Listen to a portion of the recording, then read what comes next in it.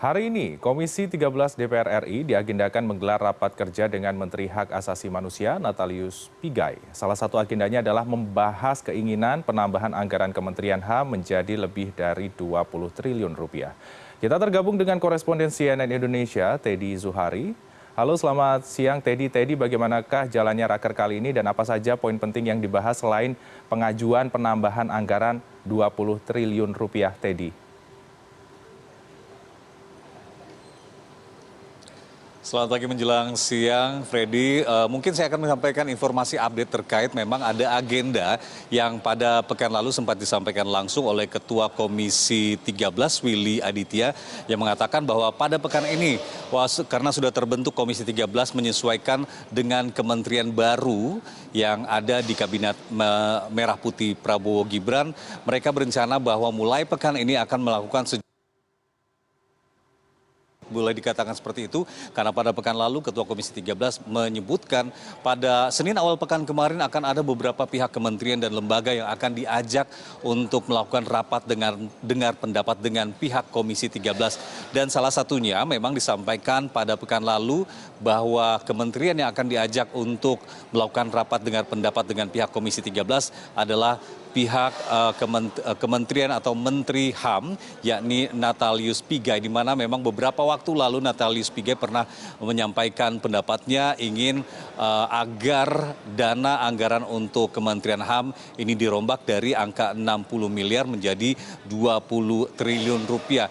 Ini yang juga sempat menjadi perhatian publik dan pihak Komisi 13 mengakui bahwa mereka dalam pertemuan itu nanti akan mencoba mengkonfirmasi apa yang menjadi dasar sebenarnya, apa hitung-hitungan sehingga ada keinginan dari pihak Kementerian HAM, dalam hal ini Menteri HAM Natalius Pigai yang menginginkan adanya penambahan anggaran hingga angka yang diinginkan sampai 20 triliun rupiah. Kalau melihat dari angkanya, Freddy, dari 60 miliar ke angka 20 triliun, ini memang perbedaannya, jenjangnya ini sangat jauh dan sangat besar. Tentunya ini akan didalami materi oleh pihak Komisi 13. Tapi yang terbaru, tadi saya coba mengkonfirmasi langsung ke pihak Sekretariat Komisi 13, ternyata agenda pertemuan dengan Kementerian HAM, dalam hal ini Menteri HAM Natalius Pigai dengan pihak Komisi 13 ini belum dilaksanakan. Menurut pihak Sekretariat Komisi 13, kami mendapat konfirmasi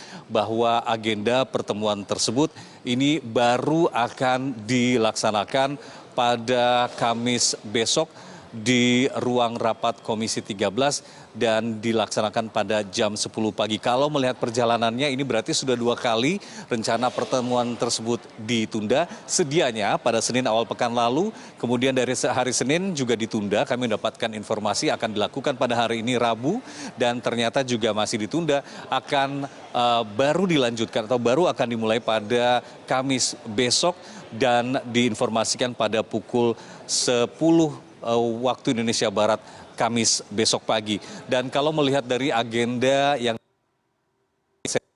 dari DPR RI untuk agenda pada 30 Oktober 2024 hari ini, memang banyak sekali komisi-komisi yang melakukan rapat kerja dengan beberapa kementerian terkait dan juga lembaga. Namun ada beberapa yang saya catat yang juga menarik untuk menjadi perhatian. Misalkan saja pada jam 10 pagi tadi, selain Komisi 13 yang melakukan agenda rapat dengan pendapat dengan Kepala Badan Penanggulangan Terorisme, kemudian jam 15.30 nanti Komisi 13 akan rapat dengan Kepala Staf Kepresidenan, dan jam 10 tadi Komisi 9 juga melakukan rapat kerja bersama Menteri Ketenagakerjaan. Agendanya adalah perkenalan dengan mitra Komisi 9, kemudian penjelasan Menteri Ketenagakerjaan mengenai visi dan misi Presiden di bidang ketenagakerjaan, dan Komisi 10 pada jam 10 pagi ini juga melakukan rapat kerja, rapat dengar pendapat umum.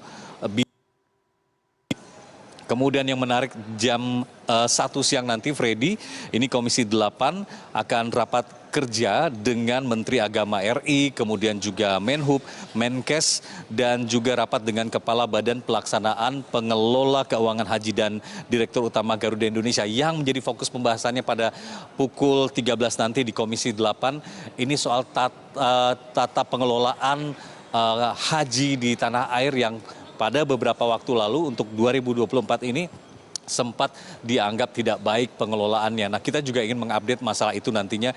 Tapi yang menarik yang sedang terjadi di Komisi 9, di belakang saya di ruangan rapat dengar pendapat dari Komisi 9 saat ini bersama Kemenaker, ini sedang dibahas tadi penyampaian disampaikan langsung oleh Menteri Tenaga Kerja, dan beberapa poin yang saya catat tadi karena memang agendanya adalah perkenalan. Di awal tadi Menteri Tenaga Kerja Yasirli ini menyampaikan beberapa poin yang sudah langsung disampaikan di dalam ruang sidang. Misalkan saja Komisi 9 tadi menyatakan bahwa menyampaikan isi presentasinya terkait beberapa hal seperti tingkat penerapan angka tenaga kerja, pengangguran, kemudian menyiapkan program pelatihan dan peningkatan standar kompetensi. Tapi yang menarik juga pada saat sesi tanya jawab, Freddy, ada beberapa anggota Komisi 9 yang mengajukan pertanyaan yang menjadi perhatian kita beberapa hari ini, bagaimana kemudian Menakertan ikut menyingkapi permasalahan diputus pilotnya perusahaan tekstil, salah satu perusahaan tekstil terbesar di tanah air, yakni Sritex.